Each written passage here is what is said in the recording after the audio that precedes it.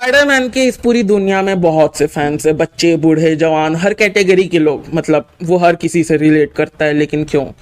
ये तो बस एक लूजर की कहानी है जो किसी से बात तक नहीं कर पाता, बस पढ़ाई में अच्छा है, साइंस में अच्छा है, उसके बाद भी पता नहीं कैसे कॉमिक्स में 25-30 गर्लफ्रेंड्स है उसकी। लेकिन जो सबसे स्ट्रॉन्ग पॉइंट है स्पाइडरमैन का, वो है इसकी जो मैसेज है, जो इमोशंस है, हमें जो डिलीवर होते हैं, हमें जो महसूस होते हैं कि कभी हार नहीं मानना। तुम शायद हार सकते हो लेकिन कभी हार नहीं मानना।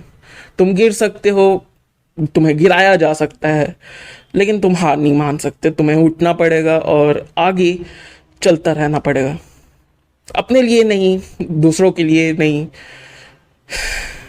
इसलिए क्योंकि ये तुम्हारी रिस्पॉन्सिबिलिटी है। अगर किसी भी स्पाइडरमैन स्टोरी में, मूवी में, सीरीज में अगर ये इमोशन नहीं है उस कैरेक्टर के साथ, तो वो स्पाइडरमैन की कहानी है ही नहीं, नहीं है। ये इमोशन मुझे फील हुआ बहुत स्ट्रांगली जब मैंने आज Spiderman across the Spider verse देखी। जाकर थिएटर में ही देखो, पायरेसी वगैरह करने की कोई ज़रूरत नहीं है, क्योंकि तुम इस मूवी को डिसरिस्पेक्ट करोगे अगर तुम अपने मोबाइल में या लैपटॉप में ओटीटी में आने का वेट करोगे तो नहीं, ये थिएटर्स के लिए ही है और तुम वो एक्सपीरियंस मिस कर दोगे।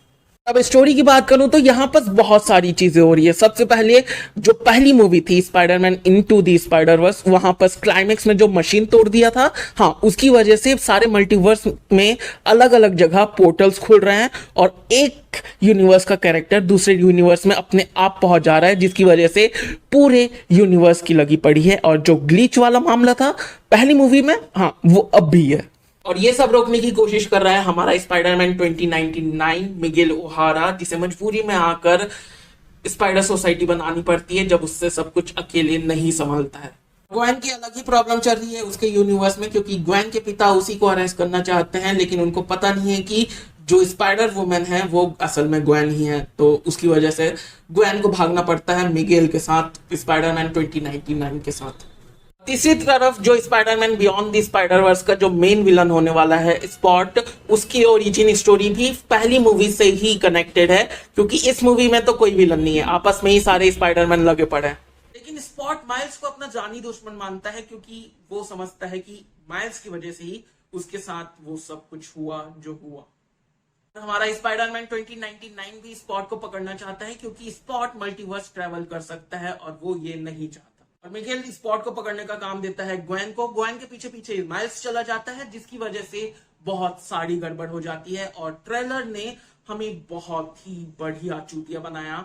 बहुत सारी चीजें दिखाई ही नहीं बल्कि मिसलीड किया काफी चीजें को लेकर। और अब बात करूं स्पाइडरमैन इंडिया की, तो जब से उसका पहला लुक आया था तब से लेकर जब मैं मूवी देखने बैठा था, मुझे लग रहा था ये बस एक टोकन कैरेक्टर होने वाला है ताकि इंडियन ऑडियंस को ग्रैब किया जा सके। लेकिन स्पाइडरमैन इंडिया बहुत ही ज्यादा इंपॉर्टेंट कैरेक्टर है इस प्लॉट के लिए।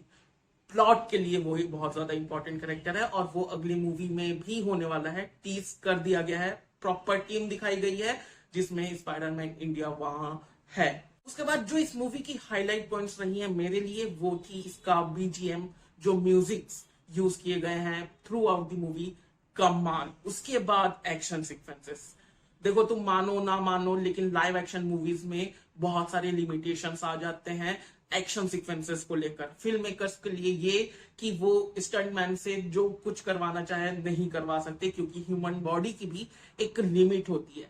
ऑडियंस का ये कि हम कई बार लाइव एक्शन में अपना बिलीव, अपने लॉजिक को छोड़ने के लिए तैयार नहीं होते कि इंसान ऐसा कुछ कर सकता है। Best example fast and furious series, हम यकीन कर ही नहीं पाते, लेकिन एनिमेशन में डायरेक्टर के पास फ्रीडम होती है कि वो कैमरा वर्क कैसा यूज करना चाहता है, वो अपने कैरेक्टर के साथ क्या क्या करवाना चाहता है, वो जो इमेजिन कर सकता है स्क्रीन में ला सकता है। और एनिमेशन की यही खास बात है। और एक्शन सीक्वेंसेस इस मूवी में मुझे बिल्कुल भी डिसअपॉइंटमेंट नहीं दी। और मेरे पास लिटरली कुछ नहीं है जो इस मूवी में मुझे पसंद नहीं आया। यहां तक कि जो क्लिफ एंगर है, जिस तरीके से क्लिफ एंगर में हमें अटका के रख दिया गया, मुझे वो तक पसंद आया। मैं इंतजार करने के लिए तैयार हूं अगली मूवी के लिए। वो बाकी ये थे मेरे ओपिनियंस, मेरे थॉट्स। तुम अपने ओपिनियंस नीचे कमेंट सेक्शन में लिख सकते हो। और इसी के साथ मिलते हैं अगले वीडियो में, तब तक के लिए बाय। और सब्सक्राइब करो, क्योंकि सब्सक्राइब करना बहुत जरूरी है। Okay, bye.